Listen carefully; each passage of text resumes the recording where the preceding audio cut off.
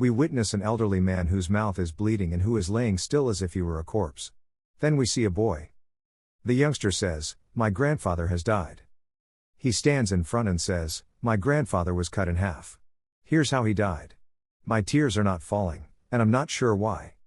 Even with my grandfather's passing, I feel no sadness." Then we see the boy's house on fire, and he silently watches it burn. "I am a scary person," he believes. This youngster holds a plant in his palm and says to his grandfather, "Look at this. This is a spirit connection plant." The boy's grandfather exclaims, "Oh son, you came back so quickly. It's a good thing you discovered a beneficial plant." The youngster adds, "I looked in the eastern parts, as you suggested, and that's where I found it."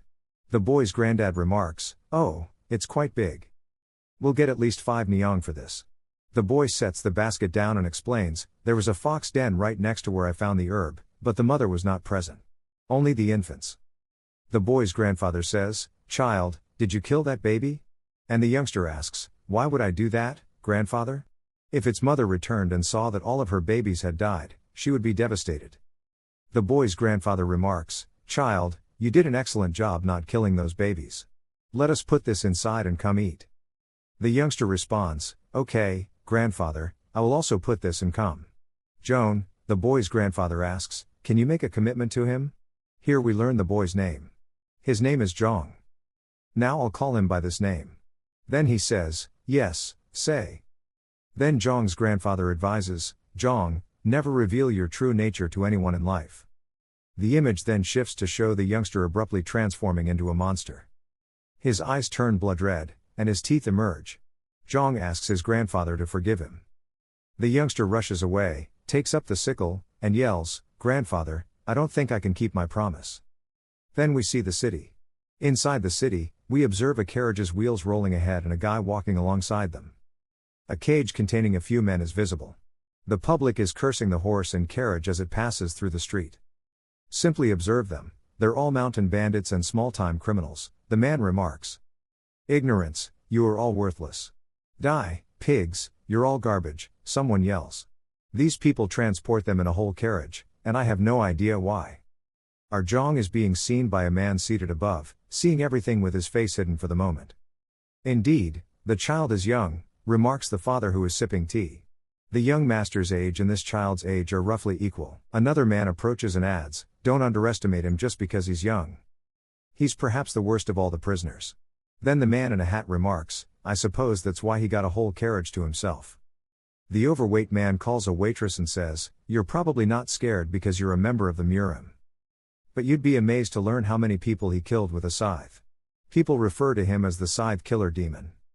And the large man in yellow attire inquires, "So what kind of request did you have this time?" The man in the hat responds, "I need to hire someone." Then the man peers outside with narrowed eyes and adds, "Someone young. Nobody would care if he died." We see a stone embedded in Jeong's head, and this man has hit a stone into Jeong's brain, screaming, "You deserve more than divine punishment. You're a parasite." The man in the hat is surprised when he sees Jeong's face. Jeong is straightening his hair, so his entire face is visible. The man in the yellow garments claims he is attractive enough to be mistaken for a lady. Killing people with a beautiful face. The man in the hat then stands up from his seat and says, "I no longer have a request for you." Then that man descends the steps, and the big man calls him back, yelling for him to halt, but the man in the hat does not listen. The man then walks right out of the hotel. The man in the hat is departing and says, "I found him. He's a wonderful candidate." Jeong is sitting silently in a cage. We see a jail, and some people are patrolling it. Jeong is also inside one of the cages. Jeong is sitting quietly in the jail and says, "I was extremely impatient." Jeong glances to the front and recalls a man with a scar on his face who said, "That is impressive. I was curious who was following us, but I assumed it was some youngster no one knew." The man with the hat grabs Jeong by the neck and raises him up, and Jeong thinks, "I finally found the one who killed my grandfather, but he was different from the others. He defeated me before I could do anything. Even if I fight him again, the outcome will be the same. I can't think of a way to murder him. Will I be able to defeat him if I learn martial arts? No, shall I also have that opportunity? I might not even get a second chance." Smoke begins to enter Jeong's jail. Jeong is astonished when he sees the smoke. He glances to the front and thinks to himself, "Smoke. Is there fire? No, it smells different. I smelled and ate a variety of plants while living with my grandfather. The guards begin to feel tired. Jeong's eyes are likewise progressively closing. Jeong's prison door opens. We watch a man's feet approach Jeong. He is the same man with the cap from earlier, and he reaches out to Jeong, unlocking his handcuffs. Jeong gives the man with the cap a threatening look before abruptly getting up and delivering a powerful elbow to his stomach. After assaulting the man in the hat, Jeong flees the jail, telling himself, "I'm not sure what's going on, but this is my chance. I was able to stay awake due to how poorly the herbs were mixed." Jeong abruptly pauses in the middle of his sprint, revealing that he has been ambushed from behind. The man in the cap adds, "I went for your pressure points. You won't be able to move any more." Jeong wonders, when did he attack me?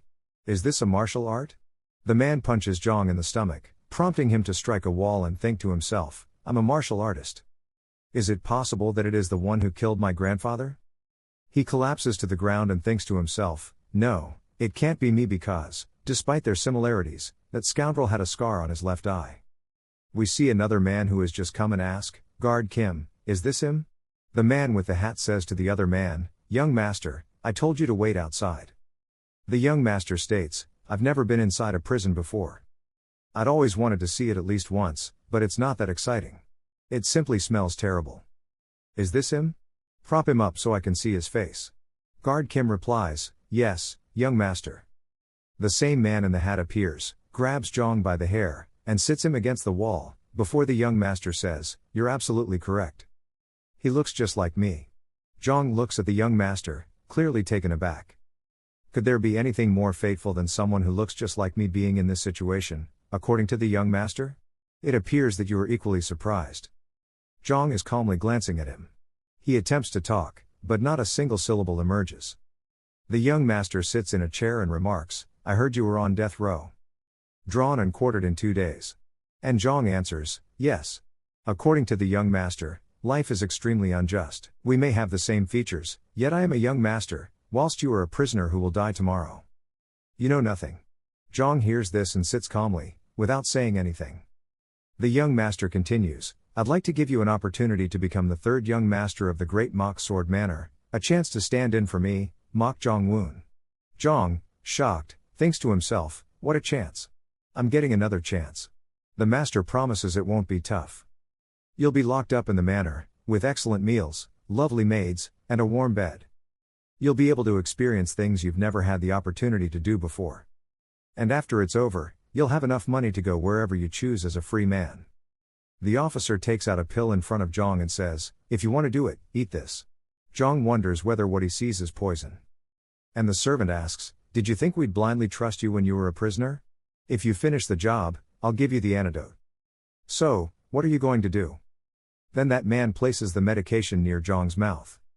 Jeong discreetly consumes the medication. The young master glances at Jeong and smiles. Jeong also takes out the tablet. Jeong asks, "Do you really want to give me a chance?" The young master laughs and says, "You have made an excellent decision. Guard Cam, you can now remove his pressure point seal and shackles." The man says, "All right." The man then walks to Jeong and unlocks his pressure points and handcuffs. Jeong stands peacefully after his shackles have been released. The master and Jeong are leaving the jail and going outside. The guard adds, "I will lead the way. Please follow us from behind, young master." We see a jail seat, and the young master tells Jeong to step ahead of him. Then that man looks outside the jail, turns around, and says, "We're fine.